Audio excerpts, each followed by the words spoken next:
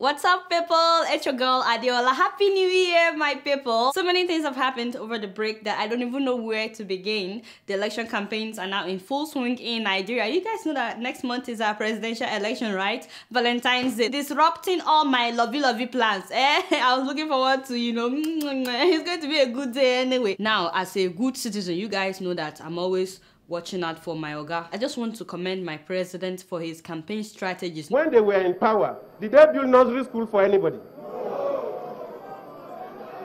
Ask them. Ask them. I say, go and ask them. I'll build universities for you. I'll build secondary schools for you. I'll build primary schools for you. Stop it. We are not there yet.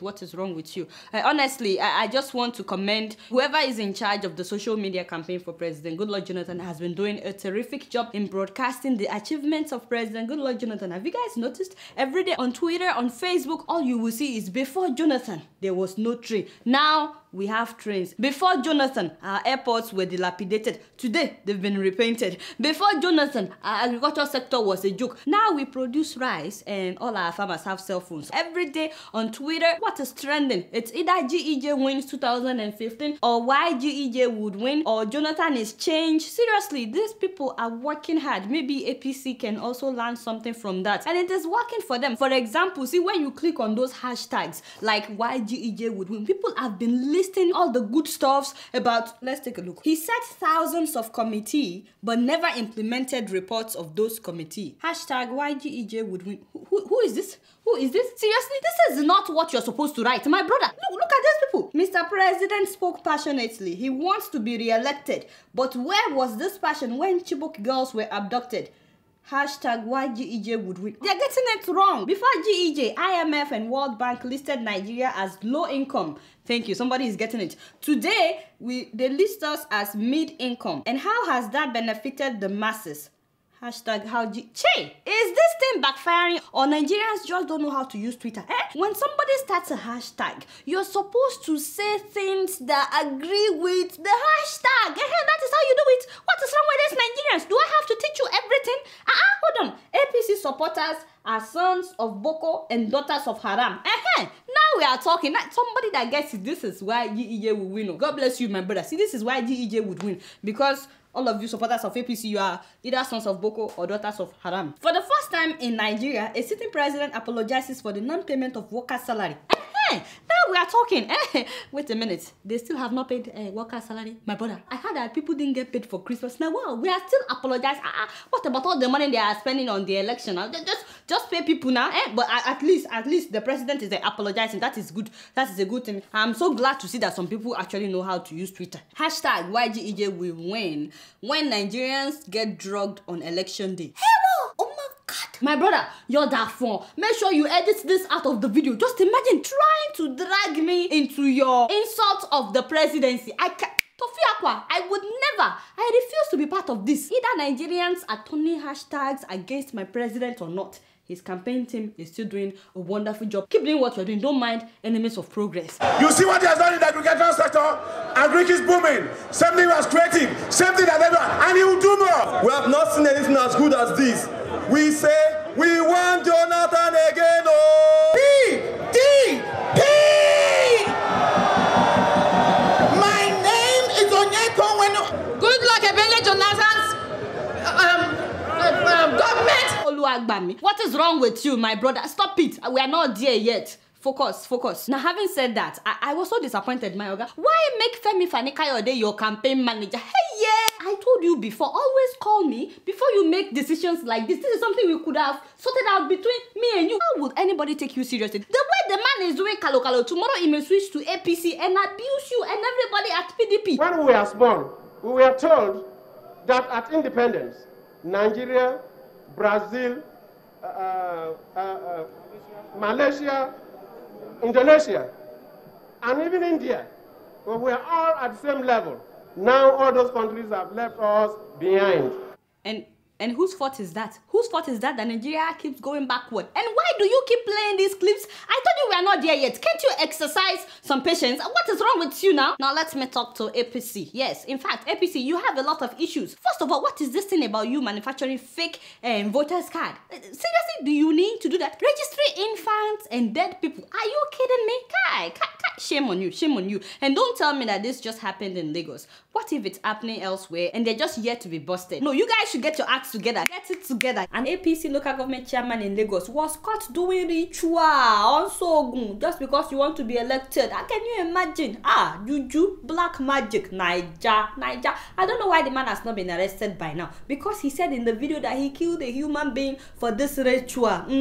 Even if they set you up to shame you, how could you be so gullible? And not only that, what is all these lies I'm saying about Mr. President? It's okay, my God, let me handle this. It's okay, just, cool down. No, you guys, you seriously, you don't need to cook up lies about President Jonathan. It's not necessary. For example, I've been seeing in the news 11.7 trillion naira stolen under Jonathan. How do you prove that? Unless he's stealing all the budgets that he has been presenting to the National Assembly since 2010 to date. The truth of the matter is, it was one man that sat down and came up with these figures, Dr. Muhammadu, and he said it in his article that these are just his own estimates. No one has really confirmed if this is true or not. I'm not saying that the man lied, but if you are not sure how much it is, please don't spread unconfirmed figures. Not only that, some people are saying that Jonathan is worth $100 million. I said, oh, look at this, people. How did you come about this number? The man has not declared his assets, so you don't have to cook up some numbers just to make him look bad. You may actually be making him look good because he may have more than that. Sure, you understand? But lying wouldn't get you anywhere. Although Mr. Jonathan could have settled this whole issue if he would just declare his asset. Another lie circulating about my president. You see how I'm defending my president left and right? It's because I'm a good citizen. It's okay, my guy, you can thank me later. Obasanjo just said recently that Jonathan has squandered $25 billion crude oil savings left behind by his administration. The next thing, all these bloggers distorting the story. I said, Che! Some are reporting $35 billion, others are saying 55. Vanguard said Jonathan squandered 55 billion oil money, says OBJ. I said that was not what OBJ said now. He said 25 billion. Once again, we want fair game in this election. So all these enemies of progress exaggerating things in order to make my president look bad, you don't need to. Just state the obvious. You don't have to cook up lies. You understand? This is how I defend you every day. I'm glad that you are watching. Now let me talk to PDP and all their lies. Stop saying that Buhari said he would make Nigeria ungovernable, therefore people should not vote for him. I've addressed this before on this show. Buhari never said that he would make Nigeria ungovernable. It was Lawal Keita, a PDP member from the north, who said that if a northerner doesn't win the 2011 elections, that Nigeria would be made ungovernable. It was Guardian newspaper that wrote an article after that incident claiming that it was Buhari that made that statement. Buhari took them to court and the presidency begged Buhari to settle out of court. They later wrote an apology piece apologizing to Buhari. There's another article by this day newspaper that Buhari said Muslims should only vote for Muslims. Buhari never said that. He gave a speech in 2001 at a lunch in Hausa language in Sokoto, and what he said was people in Sokoto know themselves. So when the ban on politics is lifted, they should choose the people that will represent them responsibly. That was what he said. The reporter that wrote that story, he's a Yoruba man by the name Ahmed Oyerinde. He didn't understand Hausa, he didn't speak Hausa, and he wasn't even at the event, yet he produced this story. So a few days after that, Reverend Kuka, you guys know Reverend Kuka, he contacted Buhari. He said, how dare you say that Muslims should only vote for Muslims? Buhari said, I never said that. Everything I said was taped that day. Go and listen to the tape of the day. They listened to the tape. The man was right. He didn't say anything like that. The reporter later confessed that he wasn't at the event and that he doesn't understand Hausa. So why did you cook up this story now? Keep in mind though that this reporter, Ahmed Oyerinde, who is now late, may he so rest in peace, the man had been accused of taking money and coming up with fabricated stories in the past, even as early as 1990. In fact, the Nigerian press watchdog at one time like this disciplined him before he wrote this article about Buhari. Another paper quoted Buhari as saying that he will spill the blood of dogs and baboons if he doesn't win in the 2011 election. What Buhari said at that time was a popular Hausa proverb. Don't make fun of me if I'm not pronouncing this right, but he said Karenjini Bininjini. Most people translate that proverb as if a dog bites a monkey, both of them will end up being bloody.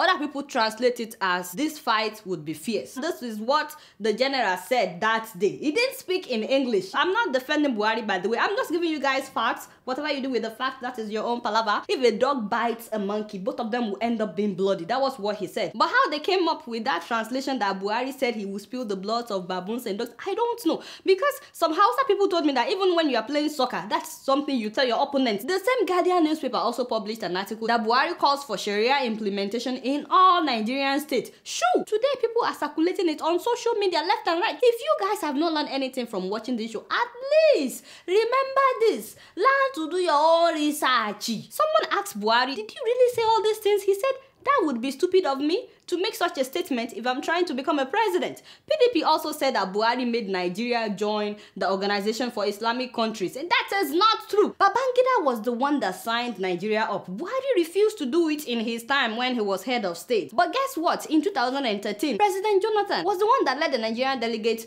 to OIC. So President Jonathan did not stop it, but he led the Nigerian delegates in 2013. I personally don't think that Boko Haram would try to kill Buhari if really Buhari is a fanatic, as PDP is painting him, but waiting be my own. Like I said, cooking lies about your opponent won't make people like you. Both of you should start talking about how you will change situation on ground. Because to be honest with you, as Nigerians, we are tired of insecurity, we are tired of unemployment. For months now, workers in several sectors of the government have not been paid. And not only that, thousands of people are about to lose their jobs due to this austerity measure thing. This is what the two of you are supposed to address. And my guy, if only you will listen to my advice. I have said it before that instead of you spending these billions of naira on the campaign, pay workers salary. I know that you apologize. People cannot eat apologies. You understand? People still have to pay school fees and stuff like that. They can't eat apology. Not only that, oil price has dropped everywhere in the world. Why are we still paying so much money for oil in Nigeria? So talk to NNPC. Let them bring down the price of oil. And then number 3, find the Chibok girls. Find the Chibok girls. They spend Christmas, New Year with Boko Haram. Would you want your daughter to spend Christmas, New Year with Boko Haram? These are the things that will score you points instead of going to visit Ibrahim Babangida. Of course, you know, he just came back from hospital abroad not too long ago. And since he came back, we've not seen. And I need to see my father for that, to know how he's feeling. Did he just call Babangida his father? Hey! Ha! Always run your speeches by me before you go and deliver. How can you call Babangida your father? Many people have been saying a lot of things about Babangida. They are saying that he's a criminal, that he stole the oil money, and that he devalued naira. You know how people are now. They are saying all kinds of things. You know, I really felt bad for my president that despite him visiting IBB and calling him his father, Babangida came out later and said that his tenure was better than Jonathan's tenure. I said, che, see Yawa. By the way, that interview was conducted on December 27th. But my president made a revelation that day that shocked everybody. This is the end of the year. New Year is tomorrow. And within this period, people will pay visits. Tomorrow is New Year.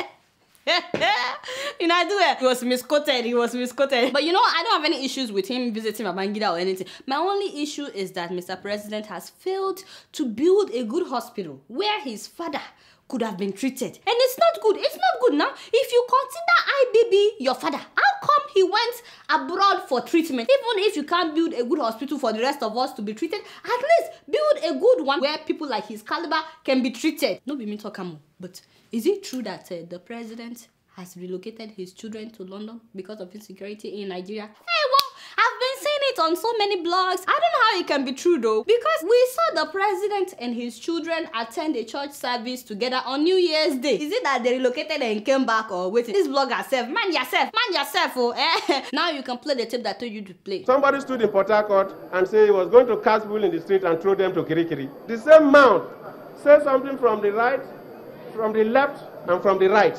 Contradicting statements. Can you trust those people? No. They want power by all means. All what they want to use power for is to lock up their enemies and imprison their enemies. I have no enemy to fight.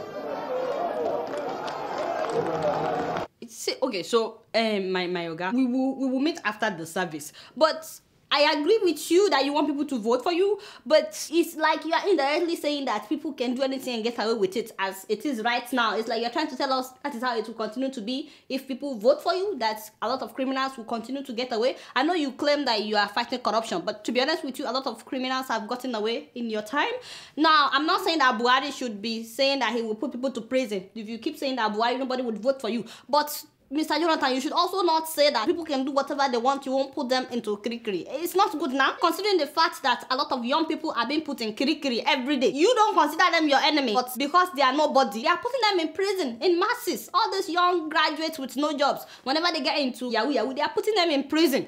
Meanwhile, people like Alamesia is still out there gyrating. People like the former aviation minister is out there gyrating. She's now a chief. People like Femi Fani-Kayode, who is now your campaign manager, is out there gyrating. He also stole money. A lot of people like that, they stole money. They've gotten away with it. So, Mr. President, it's just, we'll talk after the service, but these are just my advice for you in case you want to score some points in this coming election. I wish you good luck, honestly. To God be my witness, I wish you good luck. But you guys know I don't know anything. Guess what? I'm just giving it real.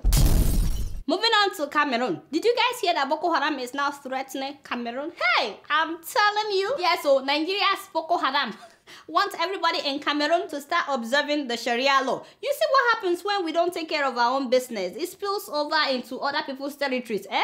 For you to fix the world, you must fix Africa. For you to fix Africa, you have to fix Nigeria. And if you don't fix Nigeria, then you must fix Nigeria, because that's the highest concentration of blacks and the globe. What is wrong with you? Oh, TMOU, this is not the time for that. We already know that Mr. President didn't mean it like that. We are not waiting for Obama to come and fix things. We have to fix it ourselves.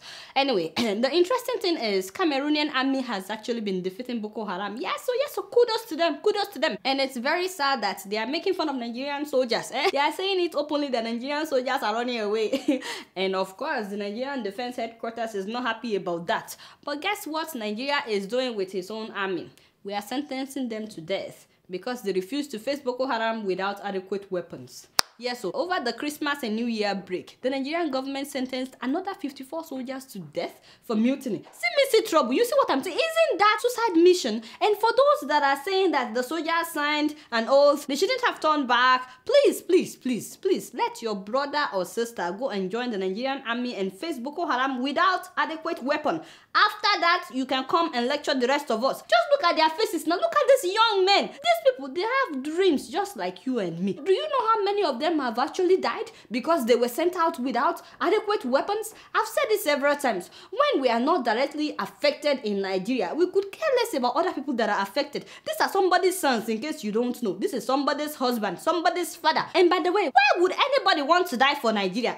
Remember the pilot that risked his life and crashed his plane into Boko Haram territory? Remember the man? I talked about him now. Till today, the Nigerian government has not acknowledged the man. In fact, they denied him. So tell me, why would anyone want to die for a country like that? And why is it that they've never sentenced any Boko Haram member to death? I don't understand this. Every day you will hear in the news that a Boko Haram suspects have been released. This November, another 125 Boko Haram suspects were released. What happened to that case? Were they proven innocent? We don't know. Were they really investigated? Despite the killing of more than 13,000 people, you think that we are fools? We will just suddenly hear that they've been released and everybody's like, you understand? We are short of words. You can't go after Boko Haram sponsors that are your friends. At least they mentioned 2 people. You also release their suspects, but you can sentence soldiers to death. Nigeria, if you guys don't speak up, my people, all these young men will be killed. Yes, they've already sentenced them. And you know the reason that the government is doing this is mainly to create fear in case anyone wants to plan a coup. But in the process, they've totally demoralized the Nigerian army. We used to help other countries fight wars. Now Cameroonian army are escorting Nigerian soldiers from Cameroon back to Nigeria because Nigerian army are running away from Boko Haram. What a shame, what a shame. Meanwhile, have you seen that pathetic camp for Boko Haram victims in Abuja? The new Kuchingoro internally displaced persons camp, started by the displaced persons themselves, has no any basic social amenity to make the people comfortable. If it is not because of some peoples and organizations and churches that used to help us, we doesn't have anything much to eat here. Ambassador Emmanuel Otiotio Foundation, in collaboration with Every Nation Nigeria, decided to with clothing, food, and other valuables. It is our responsibility, whether you are in government, whether you are privileged to be a business person, whatever you are, you must not close your ears to the cry of the needy. Ambassador Emmanuel Otiochio, however, called on other humanitarian agencies for urgent action to alleviate the sufferings of the displaced population. That is the one in Abuja, the Federal Capital Territory. So don't expect the ones outside Abuja to be as comfortable. It is very pathetic. Nigeria, I thought they set aside some billions or whatever to help the Boko Haram victims. Where is the money going to? Are you telling me that some people still have the guts to enrich themselves with the money that they're supposed to use to help the Boko Haram victims? By the way, one reverend father has been in the news lately. He used to be a supporter of President Jonathan and the First Lady. In fact, take a look at this video that was taped in November during a bazaar, that's a fundraising event at his church. At their 2014 annual harvest, Thanksgiving and bazaar, where Nigeria's First Lady, Dame Patience Jonathan, was special guest. He said the Adoration Ministry has always prayed for President Goodluck Jonathan not only to win elections, but to excel in leadership. Even if you don't come here, we keep praying for him. Because the first one we did, we were not here. You and your husband have done well. In spite of the distractions, Jonathan must bring back the Chibok girls. Is Jonathan holding them? Are they living in your house? Anyway, I don't know what transpired between November and January, because suddenly our Reverend Father's language changed. The good luck in the Jonathan has become a bad luck to Nigerians. Whatever brought him in should send him back. And let Nigeria be. During the election, Jonathan will answer Azikiwe and answer Ebere and become an Igbo man. After the election, Azikiwe will vanish from his identity. Look at our federal roads. We are not even asking for new ones. Roads built by Buhari and Babangidas, the so-called Hausa people, cannot be maintained. The continuity of Jonathan means disaster to Nigeria. In few months to come, many are going to lose their jobs. Who is fooling who actually? You see what I'm saying? Hey, I'm very glad that the Reverend Father can now see clearly and he's being honest, because right now he's making sense. You understand? These things that he's saying, they are all true. Unfortunately though, he's been saying that his life is now in danger, that he's getting all these threatening text messages. I said, see, in Nigeria of today, truth is very bitter. And once you say the truth like this, people believe you are being sponsored by the opposition. But if you say that Jonathan is Jesus, they don't see anything wrong in that.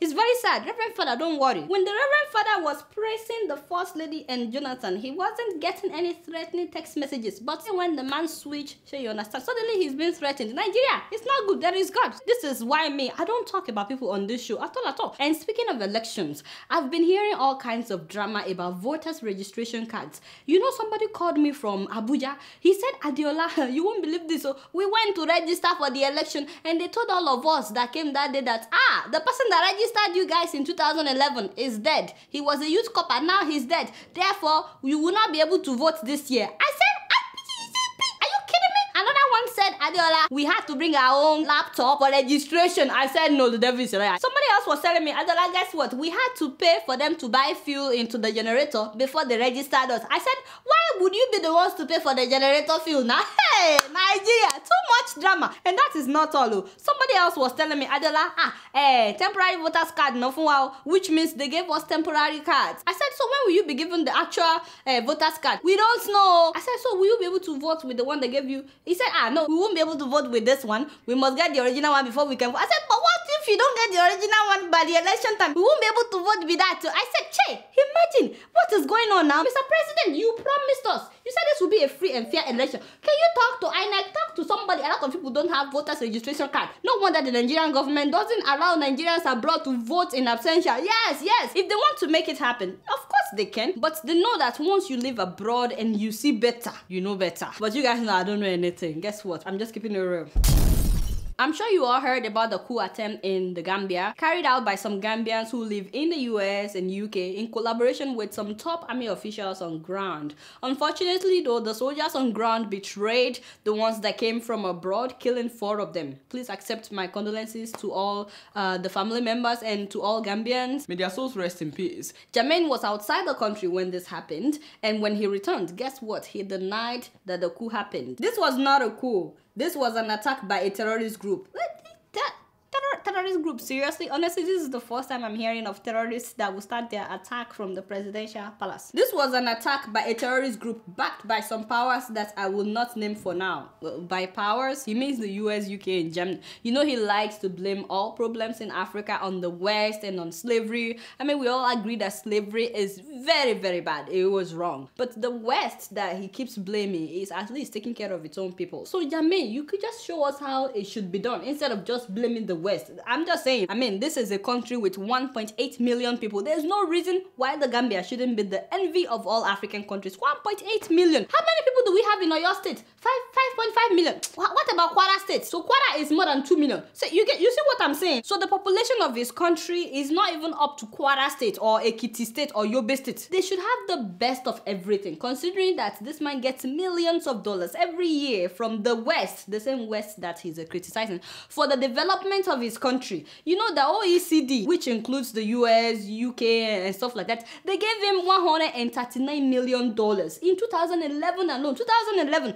Kuwait alone has given more than $80 million to Gambia. Yet, there's only one university in the whole of Gambia. I'm saying that he could do 10 times better than what he has done in the past 20 years. So stop blaming the West until you do what the West has refused to do. And I thought he said this was a terrorist attack from the US and UK. So why is he arresting dozens of people on ground? Seriously? This man is confused. They are arresting people anyhow, including elderly parents of anyone that they think has to do with the coup. This is not right. Policemen at checkpoints were confiscating phones and going over people's text messages and call logs, trying to see if they have any relatives abroad. So the US arrested 2 Gambians that were part of the coup. These men are American citizens, by the way. They were accused of breaking a 1794 law called the Neutrality Act because they attempted a coup against a nation with which the US is at peace. I mean, that is interesting because it looks to me like the US government can finance a coup plot in a foreign country. US can poke nose into the affairs of all other countries, but US citizens should not, even if that country is their home country. I'm not saying that the US shouldn't follow their law. I'm just saying, you know, it's a little hypocritical. As far as Gambians are concerned, these men are heroes fighting for the liberation of the Gambia. So please take a minute and sign the petition for their release. I've also signed it. In 2007, when 10 men were accused of attempting a coup in Laos, they arrested them and cited the same law. But because people protested, the charges were dropped against these men. So we're hoping that the same thing would happen with these Gambians if you guys sign the petition, that is. Also, there's an online fundraising for the family members of those that were killed in the Gambia in order to ensure that their children complete their education and that their spouses don't suffer. So please, if you're able, take a minute, visit the website and donate. Now, I'm not advocating for coups. At the same time, before you blame the Gambians that try to take over their country, I think you should know where they're coming from. How many of you can stand having one president for 20 years? All my African people, can you accept for one man to rule you for 20 years? By the way, this question doesn't apply to you if you're from Cameroon or Equatorial Guinea or Angola or Zimbabwe. At least now Jermaine knows that people are tired of him, even though he's denying it. But the message is loud and clear. Gambians are tired of arbitrary arrests and politically motivated killings. Many journalists have disappeared in the Gambia with no trace, like Chief Ibrahima, who was arrested in 2006. The man has not been seen since then. 2006, no one knows if he's dead or alive. Data Hydra was gunned down on his way from work. He was also a journalist. Interestingly, many Gambians feel safer living in Western countries that Jermaine criticizes than living in their own country. I mean, Yaya Jermaine himself has a $3.5 million mansion in Potomac, Maryland, here in the US. That is different from his 8-story tower in Guinea-Conakry or his wife's palace and mall in Morocco. You guys know that his wife is from Morocco. She has a palace there. She has a big mall in Morocco. Everybody works on Mr. President's farm in the Gambia, by the way, including soldiers and security personnel. And speaking of soldiers, you know, I saw this ridiculous video of how soldiers were greeting Mr. President with push-ups.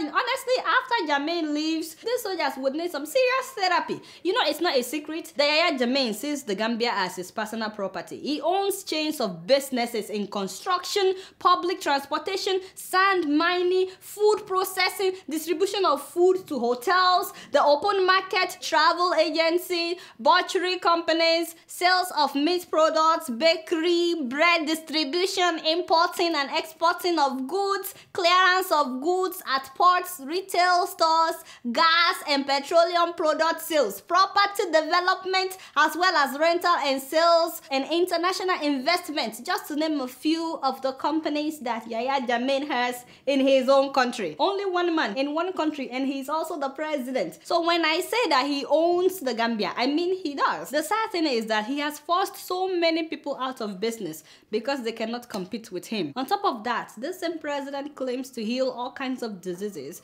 including infertility and erectile dysfunction. That is when a man cannot do it. So instead of taking Viagra, you can go and see Mr. President and let him examine your thing for you.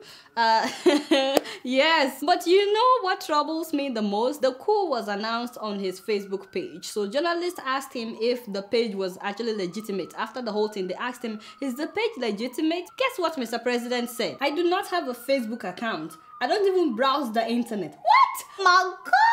I'm not a member of any social media platform. It is social media, Mr. President, yes. I don't even know how to access the computer to a Facebook page. Yeah, my father and my God. Call it the war, call it the war. Semester trouble. Did you give me a CV where he said browsing the internet is one of his hobbies? The devil is a liar. This is why it's not good to lie. It's not good to lie because you won't know the day you will contradict yourself if you are a liar. This man is officially the biggest liar of the century. See why I'm upset? There is God, but what do I know? I'm just keeping it true. So I saw this video of how Dubai was transformed in less than 7 years by one man. Take a look. No matter how many articles you read or how many pictures you see, they don't quite capture the enormity and the energy of Dubai. It is a physical manifestation of Arab oil wealth set in concrete, glass, and steel. A place so rich and ambitious that it is changing the geography of the world as a business center, transportation hub, and tourist destination. And it is all the vision of one man, Sheikh Mohammed bin Rashid Al Maktoum. This is where we're standing now. All this is nothing. 2000. January 2000. 7 years ago. Yes. This was desert. And look now, all what you see.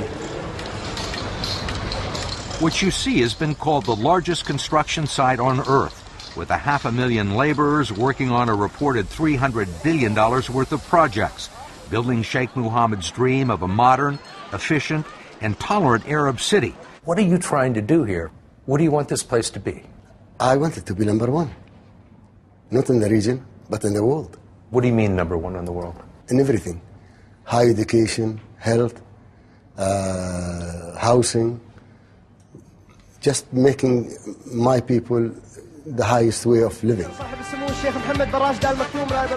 At 59 years old, he is one of the richest people in the world. He's a former Air Force pilot and an avid horseman who competes in cross-country endurance races and is one of the largest breeders of thoroughbred racehorses in the world. He is frequently described as a workaholic, and as we found one morning, always in motion.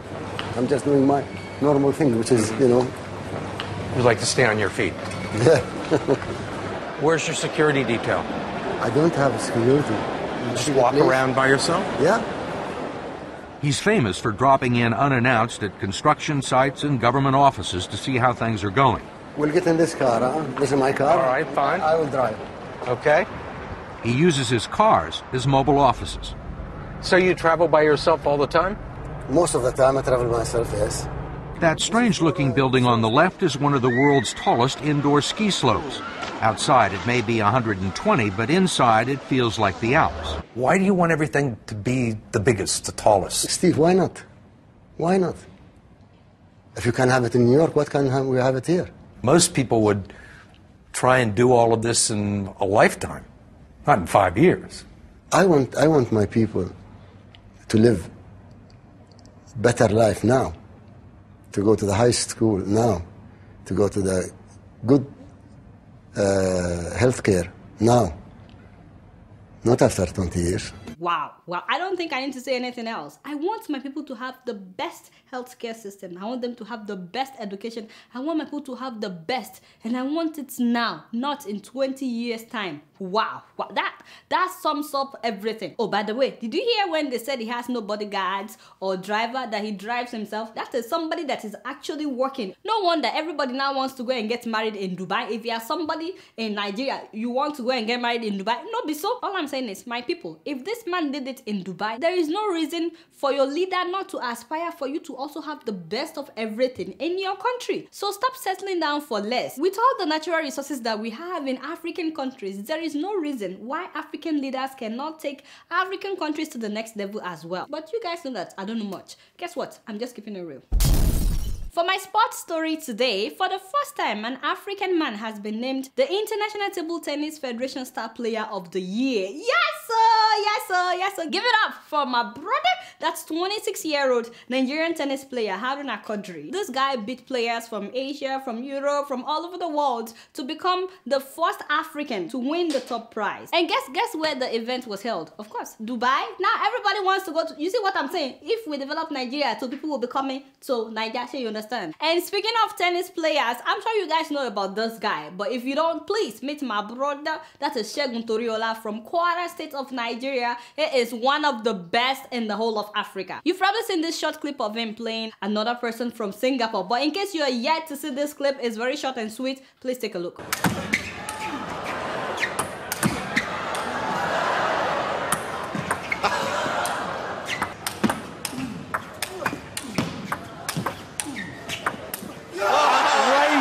You see what I'm saying? The guy was you know. Maybe someday him and I will play together, because I'm also good in table tennis. It's just I'm very humble. I don't like to boast about my skills. Sure, you get it. But congratulations, my brother. Congratulations to the both of them. We're so proud of them. Guess what? I'm just keeping it real.